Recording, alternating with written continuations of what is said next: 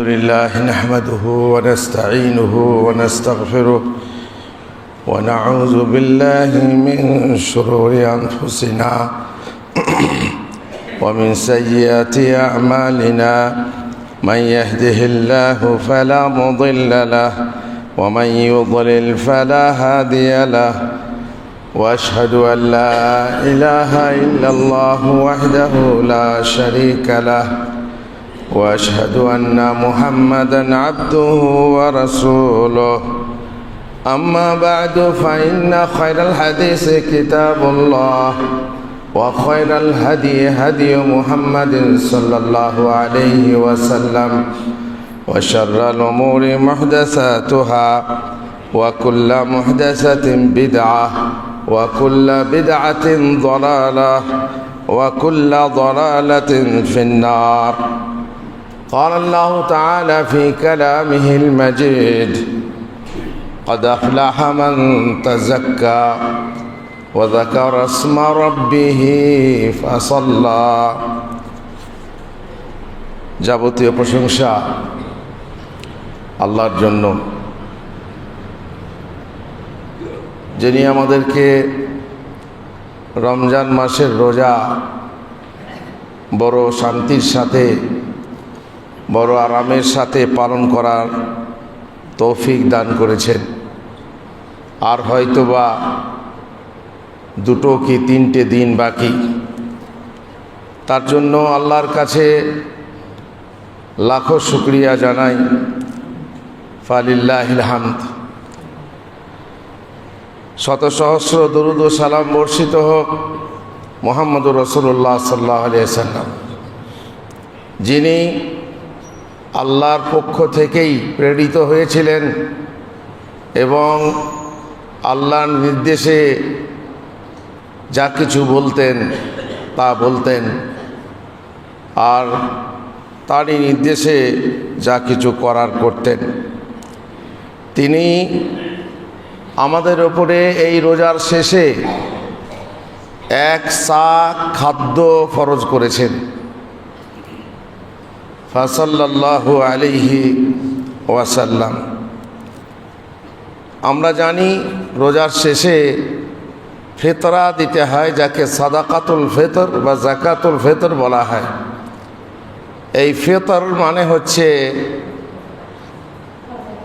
যে ভঙ্গ করা বা খুলে ফেলা বা উপবাস ভঙ্গ করা, রোজা ইফতারি করা। এখান থেকে ইফতারি, ফিতর থেকেই ইফতার, ইফতারি তার মানে রোজা ভঙ্গ। আমাদের এক মাসের রোজা শেষ হয়ে যাবে, ভঙ্গ হয়ে যাবে, বন্ধ হয়ে যাবে।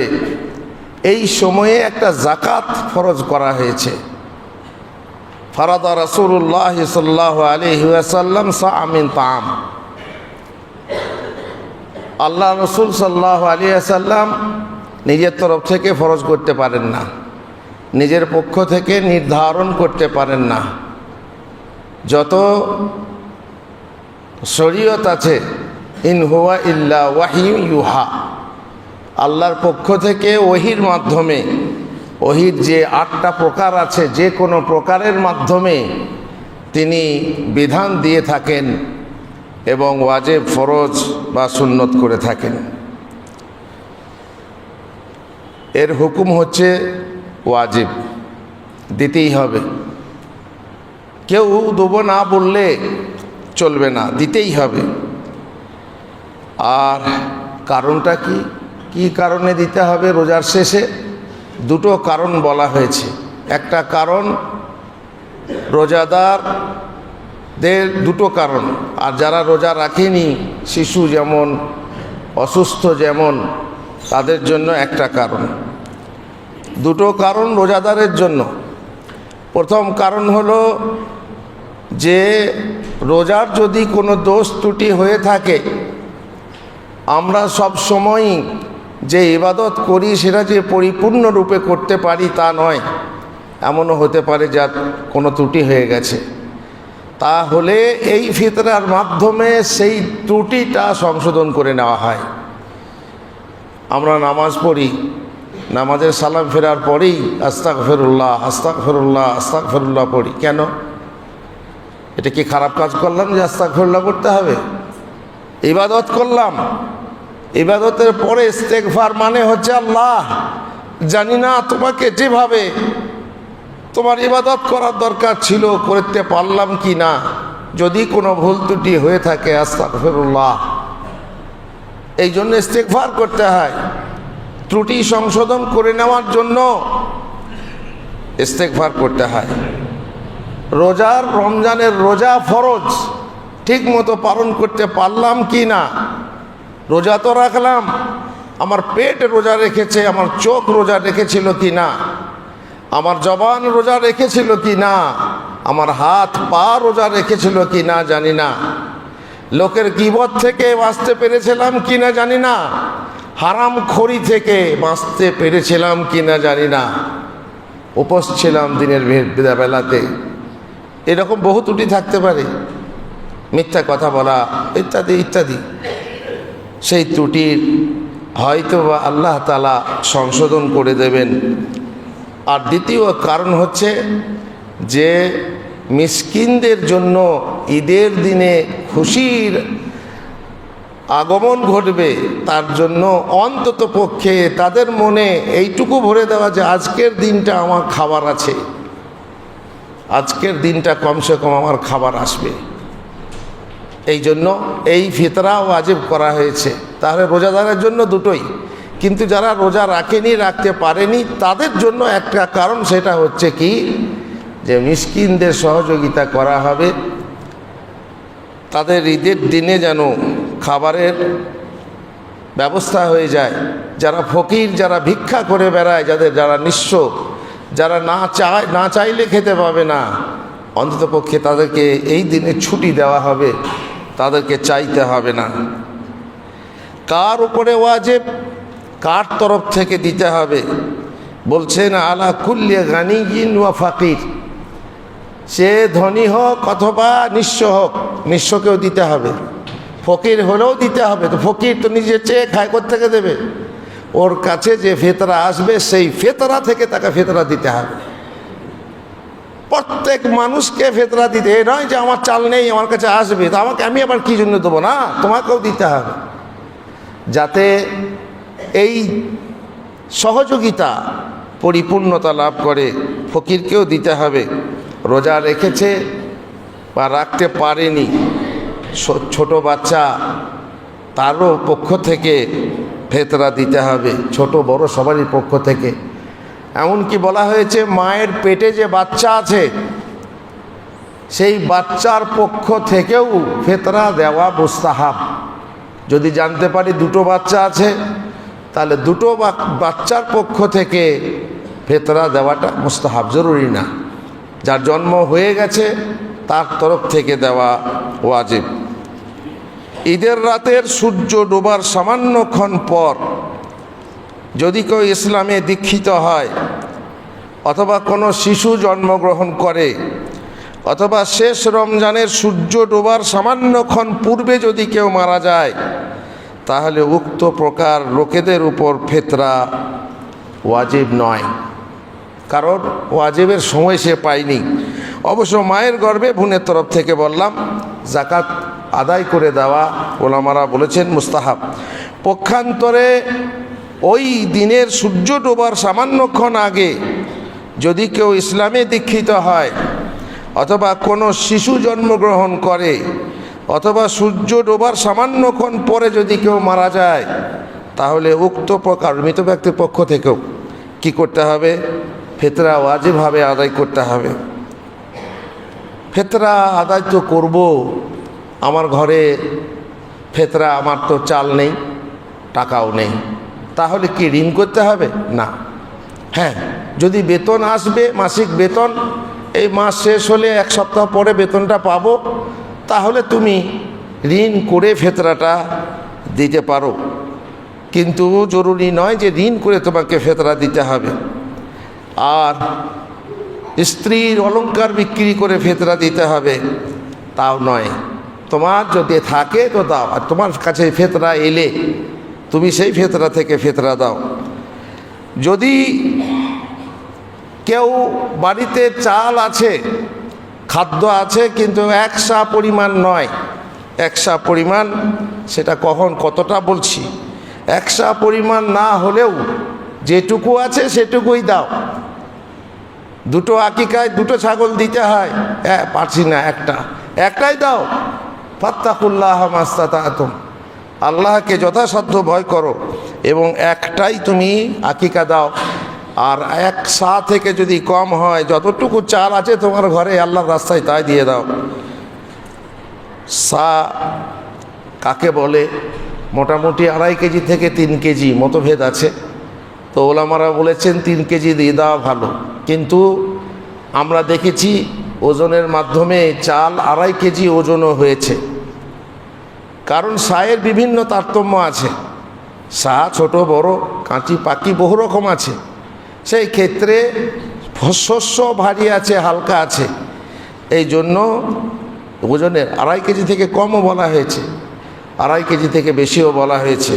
2.5 কেজি দিলেই ইনশাআল্লাহ যথেষ্ট হবে।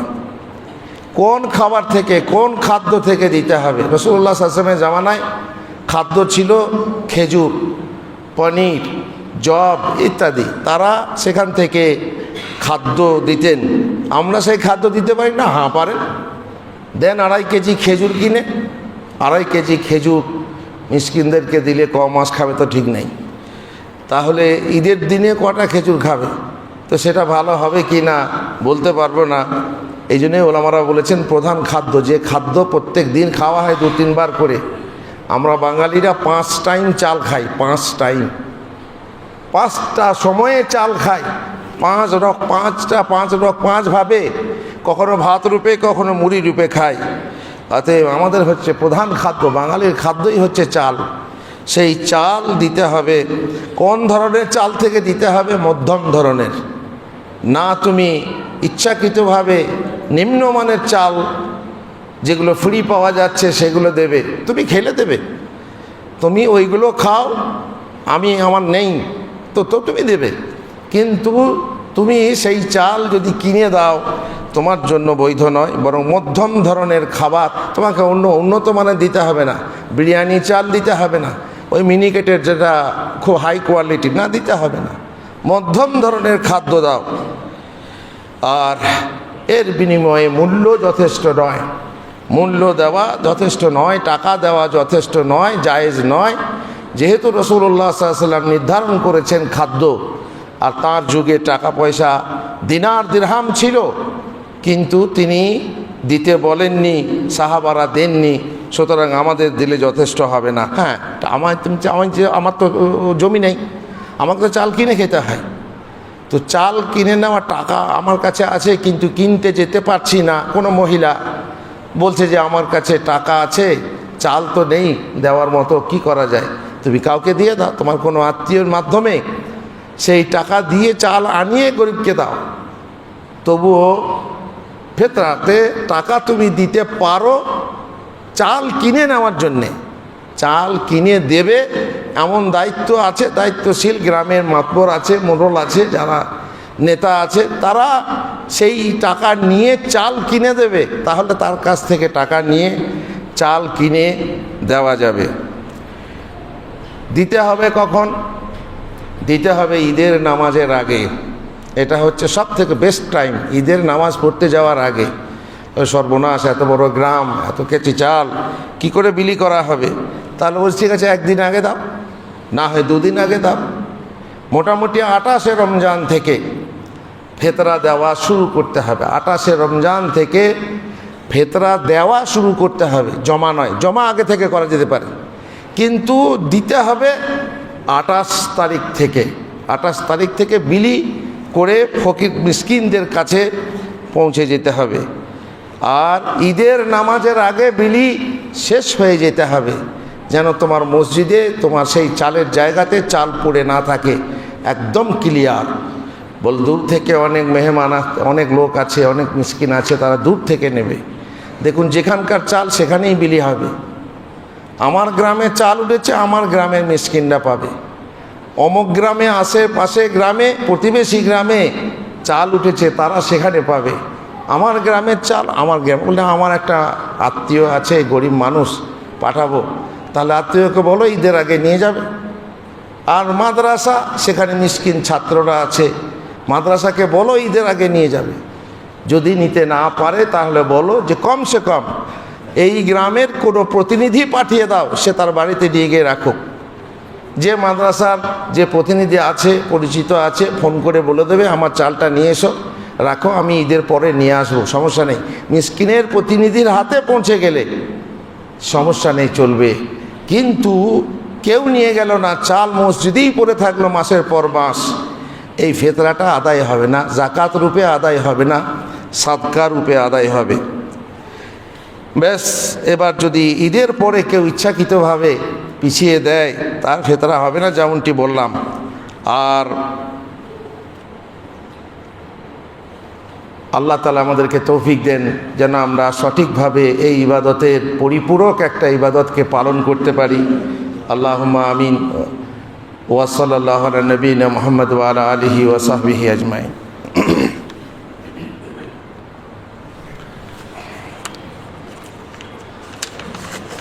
আলহামদুলিল্লাহি রাব্বিল আলামিন ওয়াসসালাতু ওয়াসসালামু আলা রাসূলিহিল কারীম ওয়া আলা আলিহি ওয়া সাহবিহি আজমাইন।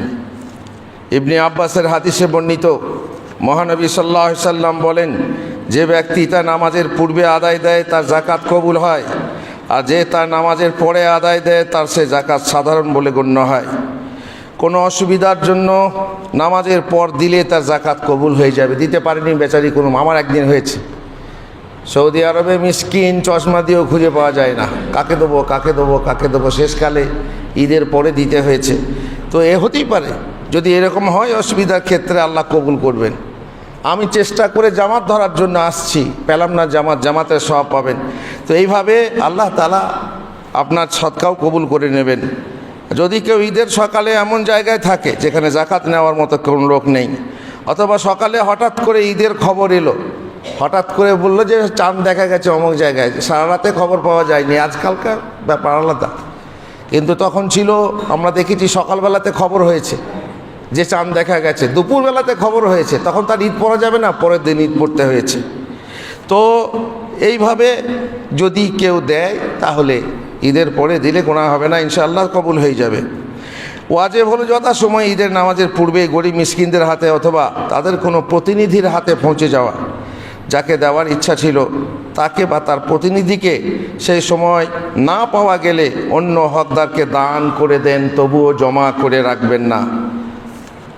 পক্ষান্তরে ইবনে উমর কর্তৃক যে হাদিস বর্ণিত আছে যে ঈদের নামাজের জন্য বের হয়ে যাওয়ার পূর্বে আমাদেরকে ফিতরার জাকাত বের করে দেওয়ার আদেশ দেওয়া হতো, অতঃপর নামাজ থেকে ফেরার পর আল্লাহ রসুল সাল্লাল্লাহু আলাইহি ওয়াসাল্লাম তা মিসকিনদের মাঝে বন্টন করতেন, এরকম একটা হাদিস পাওয়া যায়। আর তারই ভিত্তিতে আর সারা পশ্চিম বাংলাতে বহু গ্রামে ফিতরার চাল বিলি হয় ঈদের নামাজের পরে।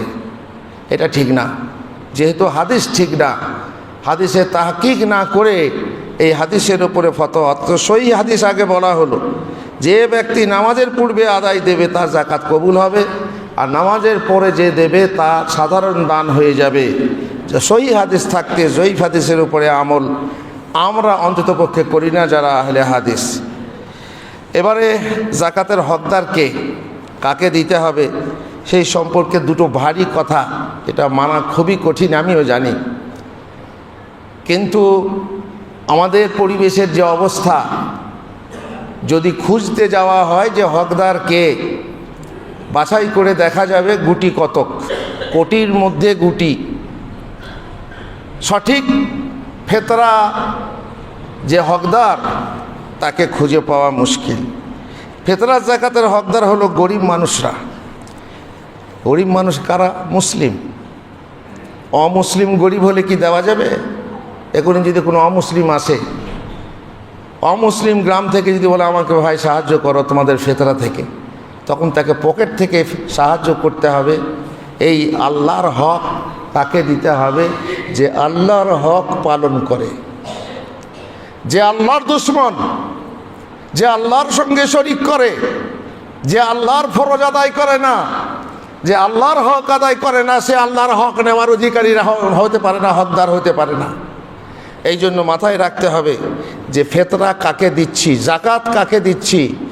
অমুসলিমকে জাকাত, কাফেরকে জাকাত তখন দেওয়া জায়েজ হবে একটা অবস্থাতে, যখন আমি তার হৃদয় আকর্ষণ করব ইসলামের দিকে, যে হয়তোবা এ মুসলমান হয়ে যাবে, হয়তোবা এ নামাজি হয়ে যাবে, হয়তোবা এ শিরিক থেকে তওবা করবে, তখন দেওয়া যাবে, তার আগে নয়। জেনে শুনে কোনো কাফেরকে ফিতরার চাল, কোনো জাকাতের টাকা দেওয়া যাবে না। কোন কোন মানুষকে দেওয়া যাবে না সে ব্যাপারে ওলামারা বলেছেন, যে ব্যক্তি বলে, দাবি করে যে আমি নবীর বংশধর, তার জন্য জাকাত খাওয়া হারাম। বড় লোক, জেনে শুনে বড় লোককে দেওয়া যাবে না। বড় লোক মানে সচ্ছল ব্যক্তি, যার চলে, যার জাকাত খাওয়া জায়েজ নয়, তার ফিতরা খাওয়া জায়েজ নয়। আর যদি জাকাত হয় বা ফিতরা হয়, কাফেরকে দেওয়া জায়েজ না, যে কোনো কাফের। এখন বলেন বেনামাজি কি কাফের? সেটা আপনি বলবেন। আপনি যদি মনে করেন বেনামাজি কাফের না, জুমা শুকুর আলী ভাই কাফের না, ঈদ আলী ভাই কাফের না, আপনি দেন। এবার যদি কেউ কাফের মনে করে যে বেনামাজি কাফের, জুমা পড়লেই সে মুসলমান হবে তা না, 5 ওয়াক্তের নামাজ পড়তে হবে। 5 ওয়াক্তের 1 ওয়াক্তে যদি কেউ না পড়ে তাহলে সে কাফের, এ ফতোয়া রয়েছে আমাদের কাছে। তাহলে তাকে ফিতরা দেওয়া যাবে না, তাকেও ফিতরা দেওয়া যাবে না। আপনি যদি বলেন না না না আমি ফতোয়া মানব না, অন্য আলেমরা বলেছেন যে কাফের নয়, শুকুর আলী ভাইও মুসলিম, তা খালাস, তো আপনার ফিতরা আপনি দিতে পারেন, অন্যকে দিতে বাধ্য করবেন না। আর যে ব্যক্তি ভরণ পোষণ আপনার ওপরে ফরজ, সেই ব্যক্তিকে আপনি আপনার ফিতরা দিতে পারেন না। আপনার ছেলে মাদ্রাসায় পড়ে অথবা আপনার ছেলে গরিব, তাকে আপনি ফিতরা দিতে পারেন না। কেন? আপনি যদি বড়লোক হন তো আপনি আপনার পকেট থেকে দিতে হবে। আপনি আপনার মা বাপকে ফিতরা দিতে পারেন না, যেহেতু তাদের ভরণ পোষণ আপনার জন্য ফরজ। আর যে ব্যক্তি সক্ষম, কর্মক্ষম, উপার্জনশীল, টাকা পয়সা কামিয়ে চলে, তার সংসার চলে, কোনো অভাব হয় না, সে ফিতরা খেতে পারে না। আর এমন মিসকিন মহিলা, যে কোনো পুরুষের স্ত্রী, যে পুরুষ বড়লোকের স্ত্রী গরিবের হালাতে থাকে, তাহলে তাকে ফিতরা দেওয়া যাবে না, কারণ তার স্বামী তার ভরণ পোষণ করে। এই যদি না করে তাহলে আলাদা কথা। স্বামী পরিত্যক্ত যদি হয় তাহলে তাকে দিতে হবে। এই রকমই বিধবা মা, অনেক বিধবা মা জাকাত খাচ্ছেন। ছেলেদের জন্য বড় লজ্জার কথা, ছেলে সচ্ছল, অনেকে বড়লোক, তাদের স্ট্যাটাস দেখে মনে হয় এরা তো জাকাত খাবে না, এদেরকে দিতে গেলে নেবে না, আর তার মাকে খাওয়াচ্ছে। মানে সমাজের পক্ষ থেকে, সমাজের ধনীদের কাছ থেকে জাকাত খাচ্ছে, সে জানছে তবুও সে চুপ আছে। এইরকম মহিলাকে, যার উপায় আছে কিন্তু তাকে জাকাত দেওয়া যাবে না। এই ছিল মোটামুটি কয়েকটি কথা আজকের খুতবায়, যে ভারী, সত্যি ভারী, খুব কঠিন, এরকম বাছাই করে দেওয়া খুবই মুশকিল। তো আমি খালি মুশকিল নিয়ে আসি, আসারের কোনো রাস্তা বলতে পারি না। এটা আমার জন্য খুবই সত্যিই লজ্জার কথা, কিন্তু আমাদেরকে বলতে হবে, সমাজ সংশোধন করো, নিজেদেরকে সংশোধন করো, সঠিকভাবে সমাজ প্রতিষ্ঠা করো, আর সঠিকভাবে আল্লাহর হক বন্টন করো। খবরদার, বারবার বলছি, তাকে হক দিও না যে আল্লাহর হক আদায় করে না, তার আল্লাহর হকে তার কোনো হক নেই। আর একটা ফিতরা কয়েকটা মিসকিনকে দেওয়া যাবে, আবার কয়েকটা ফিতরা একটা মিসকিনকে দেওয়া যাবে। যেমন আমাদের জমা, মাশাআল্লাহ জমা পদ্ধতি খুব ভালো। এতে কি হয়, গরিবরা ঠিক মতো পায়। আর না হয় যদি সবাই নিজে নিজে দেয়, তাহলে এমন হবে যে দেখা গেল একটা গরিব অনেক পেয়ে গেছে, আর একটা গরিব হয়তো কিছুই পায়নি। আর বিশেষ করে ওই যে ভালো মন্দ বাঁচতে গিয়ে দেখা যাবে যে এমনও গরিব যে হকদার, আমি হকদারের কথা বলছি, বেহক যদি না হকদার হয়, সে পায়নি আমার কিছু বয়ে যাবে না। হকদার যদি হয়ে না পায়, কম বেশি হয়ে যায়, এই জন্য বিলি বন্টন পদ্ধতি যেমন আমাদের লিস্টে তৈরি করা আছে, দেখে শুনে আমাদের উচিত যদি তারা বেনামাজি হয় তাদেরকে গিয়ে বোঝানো যে দেখো তোমরা প্রত্যেক বছর ফিতরা খাও, এতে বলতে লজ্জা নেই, খায় যখন তখন বলতে লজ্জা নেই, কিন্তু তুমি নামাজ পড়ো না, নামাজটা পড়ো, তাহলে আগামী বছর পাবে। এইভাবে তাকে নামাজি বানাও, নামাজি বানিয়ে তাকে ফিতরা দাও, তাহলে তাতে সমস্যা হবে না। আল্লাহ আমাদেরকে হেদায়েত করুন, আল্লাহ আমাদেরকে পানাহ দিন, আল্লাহ তাআলা আমাদেরকে তৌফিক দেন যেন আমাদের জাকাত কবুল করেন এবং জাকাতকে তার হকদারের হাতে পৌঁছে দিতে পারি, যাতে যারা তার হক পালন করে। আল্লাহুম্মা আমিন। আল্লাহুম্মা সাল্লি আলা মুহাম্মদ ওয়া আলা আলি মুহাম্মদ কামা সাল্লাইতা আলা ইব্রাহিম ওয়া আলা আলি ইব্রাহিম ইন্নাকা হামিদুম মাজিদ। আল্লাহুম্মা বারিক আলা মুহাম্মদ ওয়া আলা আলি মুহাম্মদ কামা বারাকতা আলা ইব্রাহিম ওয়া আলা আলি ইব্রাহিম ইন্নাকা হামিদুম মাজিদ। আল্লাহুম্মা রব্বানা আতিনা ফিদ দুনিয়া হাসানা ওয়া ফিল আখিরাতি হাসানা ওয়া কিনা আযাবান নার। হে আল্লাহ, তুমি মুসলমানদেরকে সাহায্য করো। হে আল্লাহ, মুসলমানরা যেখানে অবহেলিত, যেখানে অত্যাচারিত, যেখানে খুন হয়ে যাচ্ছে, যেখানে অকারণে তাদের ধন মাল এবং রক্ত হালাল করা হচ্ছে, আল্লাহ তুমি তাদেরকে সাহায্য করো। আল্লাহ, ফিলিস্তিনের মুসলমানদেরকে তুমি সাহায্য করো। হে আল্লাহ, সারা বিশ্বে যেখানেই মুসলমানরা অত্যাচারিত হচ্ছে তাদেরকে তুমি সাহায্য করো। হে আল্লাহ, তুমি আমাদেরকে সাহায্য করো যেন আমরা নামাজি হই, যেন আমরা তোমার হক আদায়কারী হই। হে আল্লাহ, যেন আমরা তোমার ফরজ আদায়কারী হই। হে আল্লাহ, আমাদের যারা উপার্জনশীল তাদের উপার্জনে বরকত দাও। মাশাআল্লাহ, রমজান মাসে যে ছেলেরা উপার্জন করে এসে দান খয়রাত করছে, কেউ চা খাওয়াচ্ছে, কেউ অপরকে দান করছে, কেউ আরও কিছু মাশাআল্লাহ, এটা প্রশংসনীয়। আর এটাই হওয়া উচিত যে বিশেষ করে রমজান মাসে সবাই হাত খুলে দাও, হাত উন্মুক্ত করো এবং গরিবদেরকে সাহায্য করো। সর্বতোভাবে সবাই পরস্পর সহযোগিতা করবে, তবেই না হবে। আল্লাহ তাআলা তুমি তৌফিক দাও, এদের হালাল কামাইয়ে বরকত দাও। হে আল্লাহ, তুমি ঋণগ্রস্তকে ঋণমুক্ত হওয়া তৌফিক দাও।